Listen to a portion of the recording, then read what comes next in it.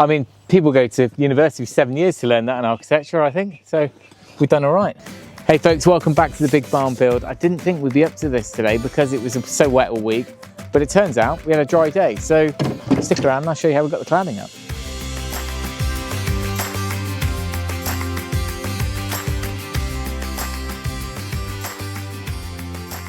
Right, the rain has finally stopped and we're working back on the cladding again. I think should be able to get this done today. So Tom's starting to batch out these cuts.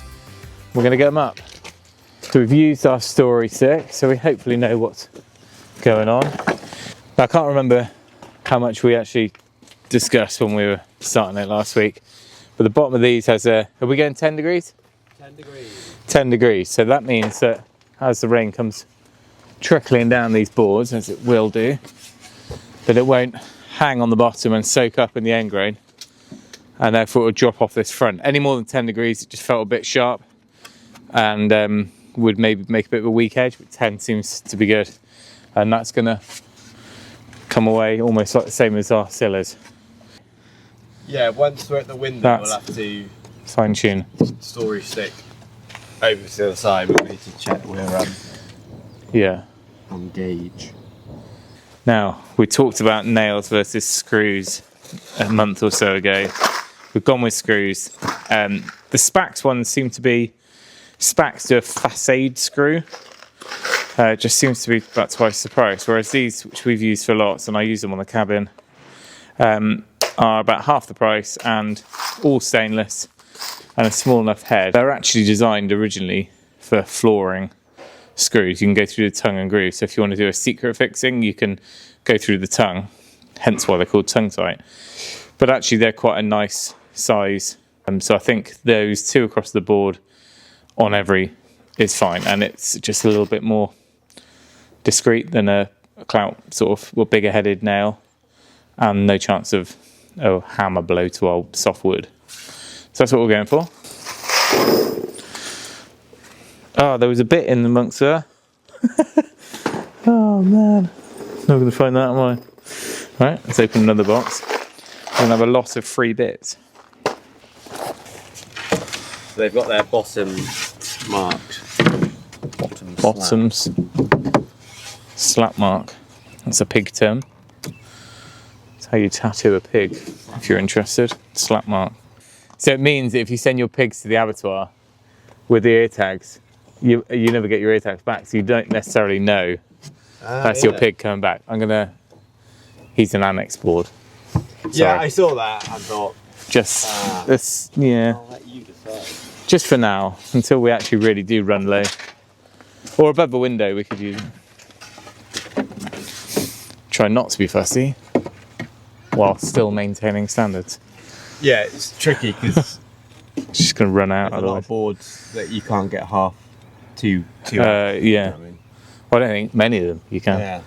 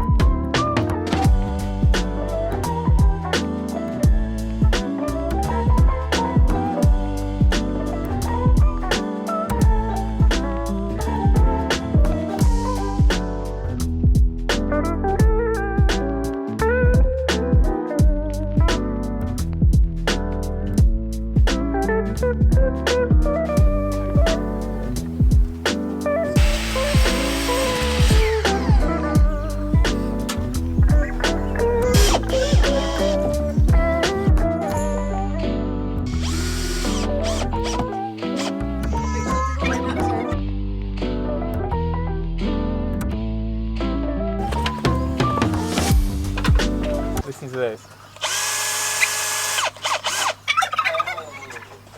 Every time. Wait for the saw.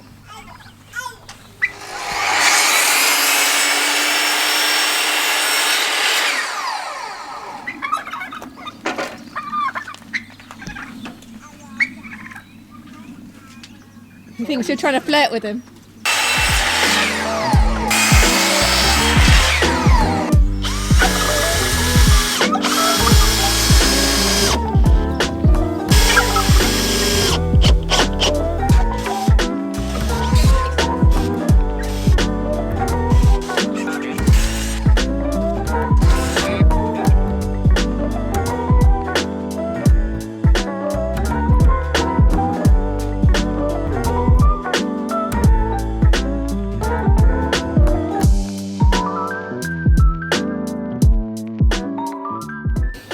come out to film more. You might notice we've gone backwards. Yeah. All of those were in. But you've got to like creep. We've got to gain, otherwise we're going to end up with a skinny. And although it's not going to fall exactly even each side, we want it to always be over half a board. Okay. Otherwise it would just It's all look... about the maths, right? Well, They add. a good job's done twice, clearly.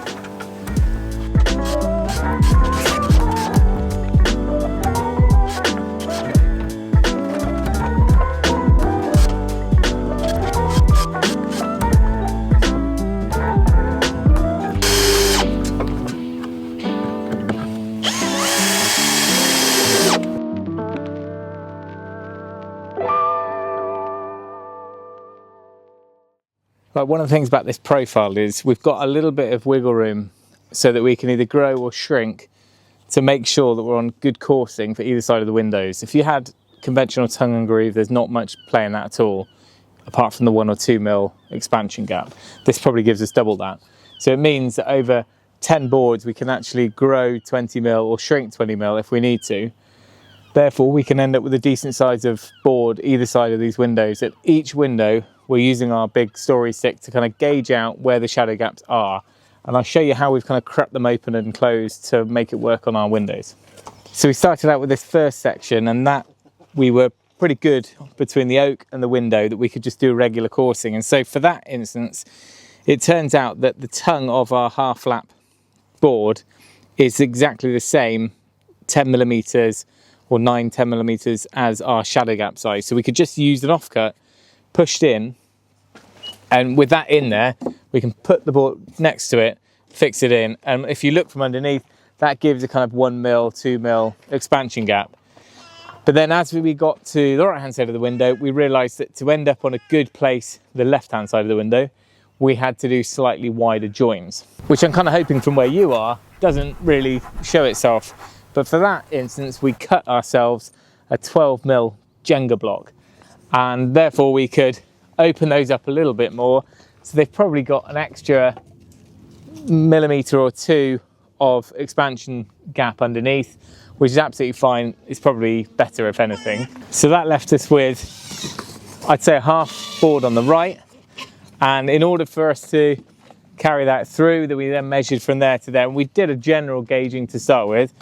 But in order to get to this one, we actually needed a slightly tighter join. Therefore, made myself a slightly shrunken gap. But if we were to do a shrunken shadow gap, which is, you probably can't make it out, I just shaved this down a little bit, so it's about a millimetre or 2 less. But if you do that, it means that the boards are going to be quite tight together. And because these are quite dry boards, it means as they get wet, they might swell a little bit, because it's not very nice weather at the moment. And of course, in winter, things grow. Therefore, what we did is Tom ripped down on the tongue, because we've got quite a lot to play with, and we took a 2 mil rip or 3 mil off the end of the tongue, which means that from underneath you can see there's still that even gap for expansion and contraction. So we've kind of gone from regular 2 mil big to 1 or 2 mil smaller, but actually over the 7 or 8 meters you can't really tell. So you'd probably struggle to do that on a small wall or a garden room or something where you've got lots of windows and openings. You wouldn't have that number of boards to be able to pick up that amount. Whereas here, because we've got quite generous spacings between or even over, you know, that's 2.5 meters over the top of the window, we've got 20 boards or something, and that probably means that we've got the ability to pick up 30 millimeters or so. So you can either decide to shrink it by 30 or pick it up by 30, and in which case, either way, it's going to give you a sensible sized bit. So you can see either side of these windows, so far, it's working out. The only way you could really do it is to gauge everything perfectly at the design phase and size your windows so that every board landed perfectly. And maybe if you're doing modular buildings, or if you were perhaps building something that you're replicating lots in the workshop, or you were just very, very detailed at design phase, you could make that work. But for us, a half is absolutely fine. And remember, on our reveal, we've kind of got a half, 2/3 width board. So a bit like tiling, we realised when you look at it from an angle, it almost looks like a full board. So here you got a full board, here you got a full board, and when viewed on an angle, you realise actually that 2/3 of a board and that 1/3 of a board equals. And I mean, people go to university for 7 years to learn that in architecture, I think. So we've done all right. Right, we're over the top of the window now. So Tom's scribing around the last of the sort of edge ones until we get to the other end, that is. But I just thought I'd let you know how we're doing the fixings, because it's all about getting them right. Nothing worse than wonky lines or loads of pencil lines or just irregular fixings. So we've gone for stainless steel screws, and they're still visible, but they're not like a whopping great head on them. But the way we're doing it is, once the boards have been cut with their chamfer on the bottom, their drip edge, with a square, Tom's marking up the bottom two. Now, obviously you could mark everything, but all we need is one in the bottom, one screw first on this side, get that located, and then I can go to the top, put one in there. And then we can carry on all the way across. And then at that point, I can come along, put a level line from one side to the other, tiny, tiny little pencil mark. And then we've got a storage stick made up, which has got all the marks on relating to where we want the nails, the screws, which is kind of a quarter of the way in on each board. And therefore I can just use the pencil lead almost to make a pilot hole ready for my screw. So instead of having a mark or a cross, which you're going to see enough to sand off, I've just pushed in the pencil, because it's fairly soft wood, and then my screw can go into that exact spot. And then we don't have any marks on there to worry about afterwards. And everything is in a nice straight line, we hope.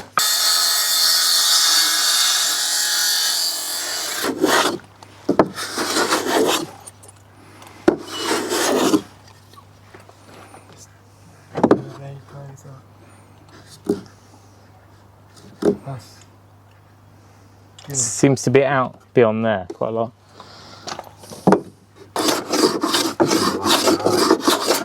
Maybe you do need that big plane. I guess we don't need this one.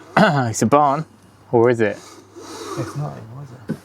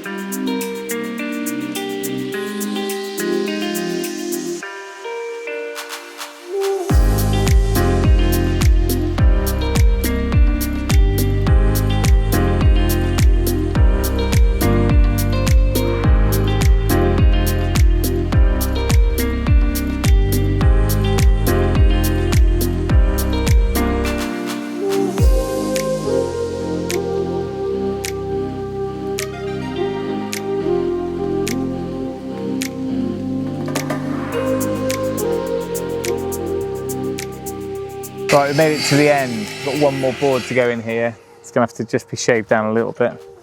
We did have a board, but it was a bit pale. I was being fussy, so we've cut another one. We'll get that in.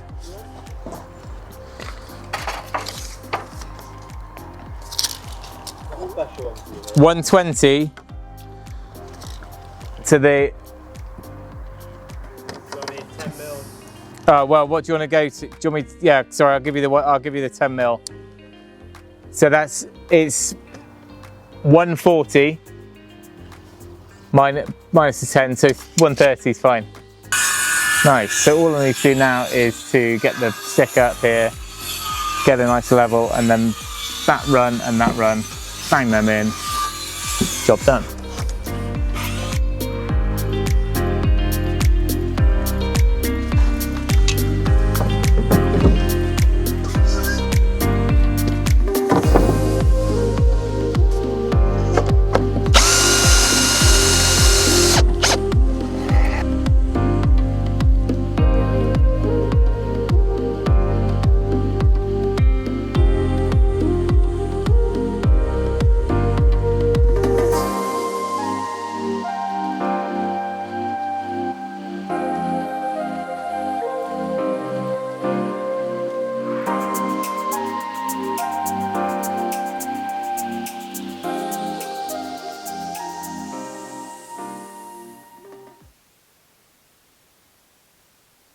Well, there we go. That is our first and biggest kind of chunk done on this side. and it's looking really smart, and it only takes a bit of sunshine in the evening like this and it really comes to life. So really pleased with that. I'll leave a link to the shape profile we used, British Cedar, and you can get this. The sawmill we use can supply it in various different profiles. The other option for us was brimstone ash, which is a thermally modified ash, which I really like the look of, but it's about a third more again on top, but it is a really nice product and we might be using it internally, but I think this is going to silver down and look really nice. And of course there's still the argument of black versus silver. We decided to go this route. It's not impossible for us to give this a lick of paint in the future, but for us it's all about leaving it natural, and we'll probably use some sort of natural organic silvering agent which will just help all of this evenly silver, and we won't have any of that sort of mismatched sort of colouring underneath the overhang. Now remember, we've still got guttering to go on here, which is a whole other story. We're waiting on it. It was made, it's all here, it's all the wrong profile. They're blaming us. Oh, absolute pain in the backside. But that is what it is, and we'll see if we can come to some sort of arrangement there, get new guttering on site and can fit that, and then this side will be one step closer to being finished. And now the sun's out, hopefully this brick will start drying out because it's just been absolutely battered and soaking wet, and mainly because it's got no guttering, it's just splashing up. And you'll have to let me know what you think about the finish around the windows. I've always done the frame first and then butt up to it. This is an experiment, but I think it works really well, and it's just got a nice clean finish. Maybe a little bit more modern, but maybe not. Maybe it's just a better way of doing things.